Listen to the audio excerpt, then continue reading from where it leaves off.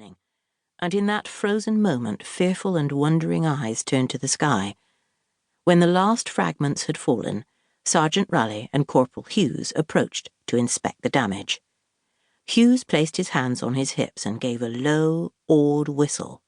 "Well, that'll clear your tubes and no mistake," he said.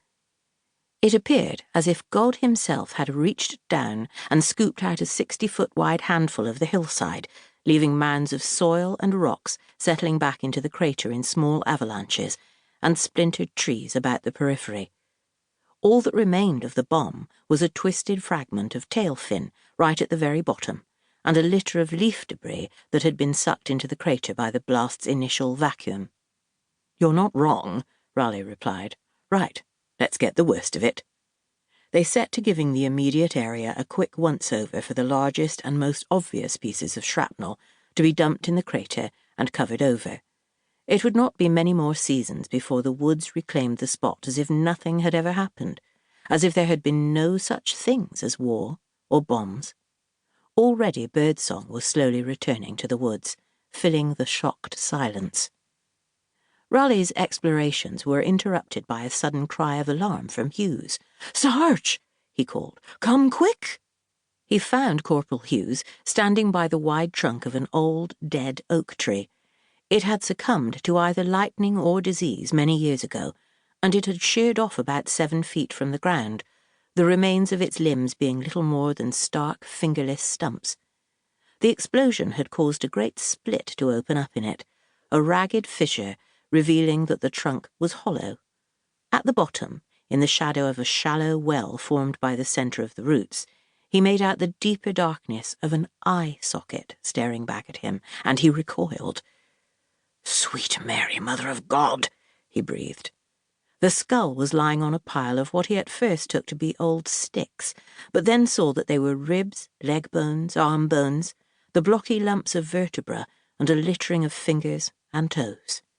Stuffed into the hollow trunk, the corpse had been unable to fall and had simply rotted where it stood, the disarticulated remains collapsing through themselves and into a jumbled pile with the skull uppermost, staring up at the opening in the top of the broken trunk, which was forever beyond reach.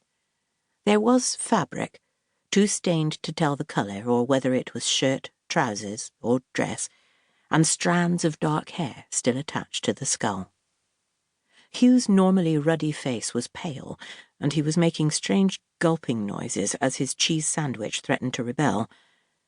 Both men had seen their fair share of death, bodies mangled and torn apart by German bombs, burned in fires, lacerated by shrapnel, crushed by fallen buildings, or any one of a dozen other ways a person could be killed. Neither could claim to be unaffected, but you took a deep breath and you carried on, and you did your job. It was horrific but explainable, and hard to think of as murder. It was war. This, however, was something entirely different, and coming as it did in what should have been a place of natural beauty and tranquillity, gave it a particular sense of violation. Hughes had managed to get himself under control. Poor bugger! Who do you think he was? The police were called, but they could not discover the identity of the corpse beyond that it was the remains of a young woman. No witnesses came forward, and as the hills lay right on the boundary between the districts of Birmingham and Bromsgrove, the investigation was passed back and forth between the two county constabularies until the threads of the investigation were hopelessly tangled and eventually lost altogether.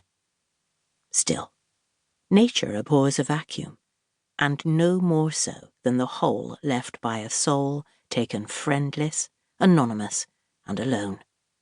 Like air or birdsong, myth floods in to fill the gap. 1. Hand of Glory. Chapter 1. Collision. Rachel Cooper stares down into the black gulf where the two steel hulls meet. A second ago, they were approaching each other with the ponderous inevitability of thunderstorms, and she was scrabbling with slippery feet to get out of the way. In a second's time they will rebound